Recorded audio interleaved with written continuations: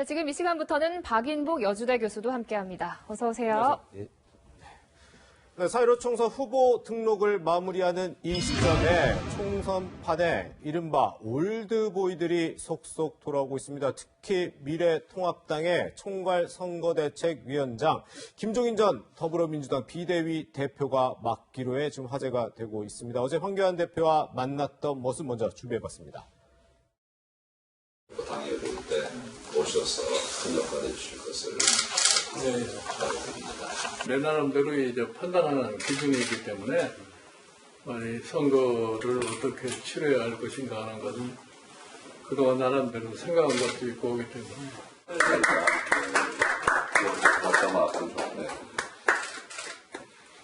황 대표께서도 종로 선거에 지금 집중을 해야 되는 시점이기 때문에 선거에 관한 전반적인 일은 김종인 대표께 일임할 것으로 알고 있습니다.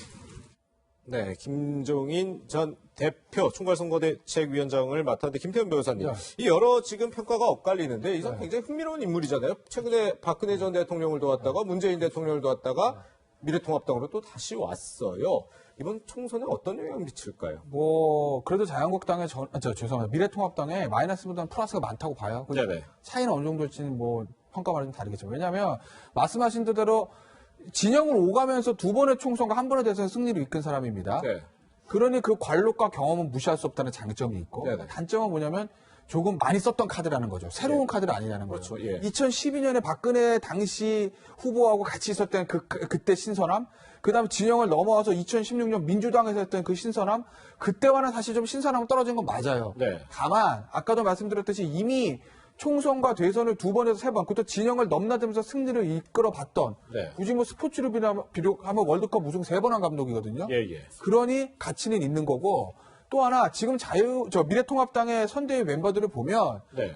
총선과 대선이라는 큰 선거를 자기 책임하에 진두지휘해서 승리를 이끌어본 경험은 있는 사람들 없습니다. 네.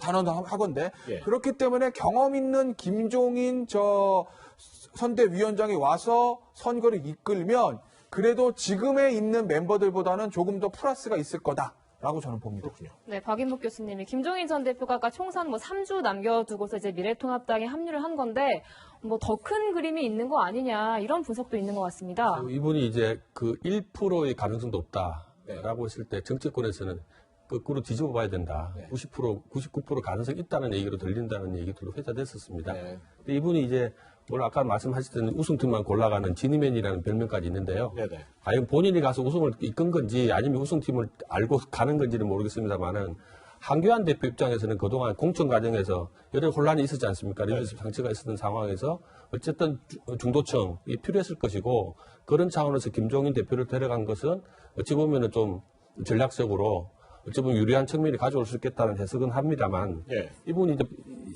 연세도 80이 넘었고 그동안 쭉 이곳저곳 가치관과 상관없이 옮겨 다니는 데 대한 국민들의 피로도나 식상함이 있거든요. 네네. 그런 것들이 과연 지금 코로나19나 N번방 사건 이런 것들로 정치를 누르고 있기 때문에 이분이 과연 그런 데 대해서 감동을 주는 걸 할 수 있을까? 이분이 경제 전문가를 해서 어쨌든 그런 인식 바탕에서 저번 2016년 통합민주당, 그때 민주당이 선거를 이끌긴 했지만 네네.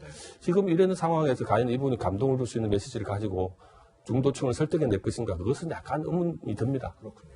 근데 사실 이제 올드보이의 기환, 김종인 전 대표뿐 아니라 이 사람들을 두고 얘기가 많이 나오는 것 같습니다. 저희가 그래픽으로도 준비했는데 서청원 의원, 지금 8선 의원이죠. 그리고 손학규 전 대표, 홍문종 의원 또 4선인데 각각 다른 전당에서 남성이 받을 수 있는 최상위 순번인 비례대표 후보 2번으로 이번에 나온다고 해요. 이거 어떻게 평가해야 될까요? 글쎄요, 우리가 이제 연동형 비례대표들을 만들 때, 네. 손학규 대표 같은 경우에, 71세의 고령의 나이에도 예. 9일간이나 단식을 하면서, 맞아요. 어쨌든 따내는데 지대한 역할을 했지 않습니까? 예. 그때도 자기는 이들도 관심이 없다고 하셨던 분이거든요. 네네. 이번에 과정에서도 보면, 하루 전을, 공개하기 하루 전을 앞두고 새벽에 갑자기 해서 면접을 봤다 그러거든요. 네. 그리고 나서 그 직전까지도 전혀 관심이 없다고 하더니 드디어 비례당 가능 번호인 2번을 꿰찼습니다. 예. 물론 손학규 대표뿐만 아니라 서청원 대표는 누굽니까? 8선을 하시고 80이 넘으신 분인데 70몇 세 되죠, 이분이. 77세입니다. 예. 70세 되시는 분이 국회에 들어와서 했다면 국회 끝날 때 80세가 되는 것이거든요. 네. 이런 결국에는 연동형 비례제라는 게 이런 분들을 끌어올리는 계기를 마련했다 그 때문에 지금 여당이 하고 있는 소위 유승정당도 마찬가지로 예. 사실은 요 앞에 있던 그 1번 순으로 상징성 있는 분을 내셨지만 이 앞에도 국민의당에서 봤을 때 측근을 당선권에 배치시킨다든지 이런 것을 꼼수를 부리는 것이거든요. 네. 이런 데 반성 한 번도 없고 사과 한 번도 없이 이런 걸 공당에서 추진한다는 거 보고 국민들이 과연 그걸 공감할 수 있을까라는 생각 들고 어쨌든 이번 정권에서 청년도 여성도 장애인도 이런 걸 배려하지 않았지 않습니까? 이런 것에 대한 비판이 있을 것으로 보여집니다. 그렇군요. 네, 이번에는 여당 얘기로 좀 넘어가 보려고 하는데요, 변호사님. 그러니까 더불어민주당의 이제 비례연합정당인 더불어시민당의 이제 공동선거대책위원장을 맡은 이종걸 의원이 막말 논란에 휩싸였어요. 정치가 너무 좀 저렴해진다는 생각 안 드시나요? 저는 그런 생각이 좀 듭니다. 이게 뭐 SNS의 그러니까 정치인들이 SNS를 활용하는데 그 SNS를 활용하는 정치의 폐해라고도 볼 수 있는 건데 네네. 굉장히 자극적인 언사들 나오지 않습니까? 핑크 무비다.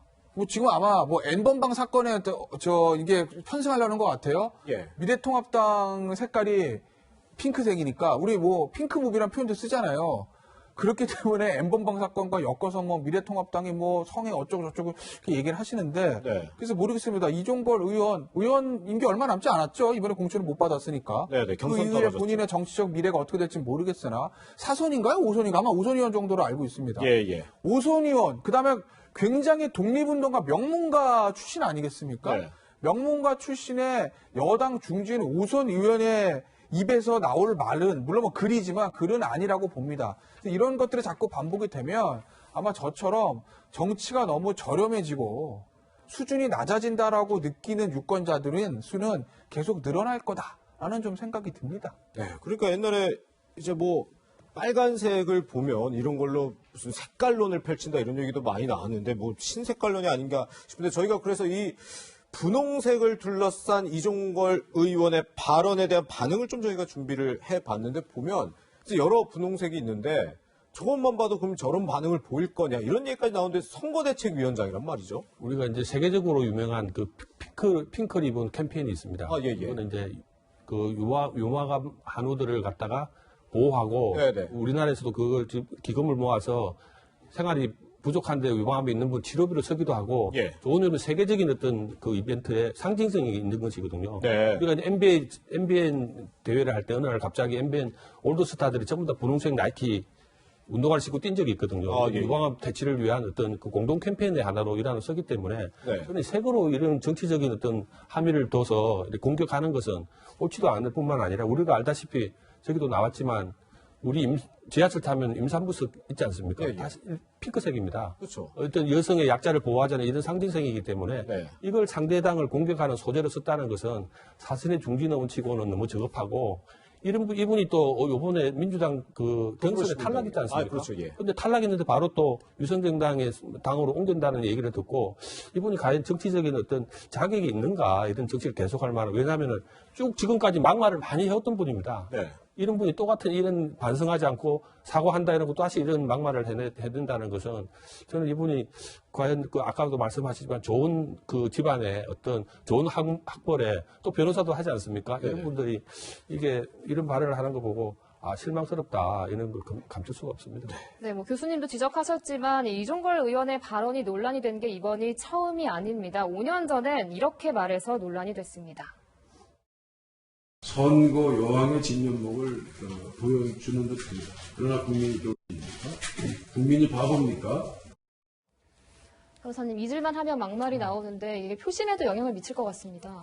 그래서 왜냐하면 사실은 글쎄 뭐 더불어시민당이나 뭐 미래한국당도 마찬가지고 더불어시민당도 마찬가지고 비례대표형 위성정당에 대해서 핵심 지지층 외에 중도층 유권자들이 반응이 썩 좋은 건 아니거든요. 네. 그렇기 때문에 미래한국당도 마찬가지고 더불어시민당도 마찬가지고 지금 살얼음을 걷듯이 조심해야 되는 형국이에요. 기본적으로 양당 비례대표용 위성정당에 대해서 보는 시각이 안 좋기 때문에 굉장히 조심해야 되는 상황인데 네네. 그런데 그 당의 선거 대책을 이끄는 분들의 입에서 저런 실언들이나 이런 말실수들이 나오면 그건 단순히 비례대표뿐만 아니라 모정당인 더불어민주당 또 미래통합당도 마찬가지고요. 그쪽으로 그 위험이 전이돼서 지역구 선거에도 영향을 미칠 수 있기 때문에 그렇기 때문에 아마 지금은 정말 말 하나하나 더 조심해야 될 상황이다. 그걸 이종걸 의원은 잘 아실 텐데 왜 그랬을까?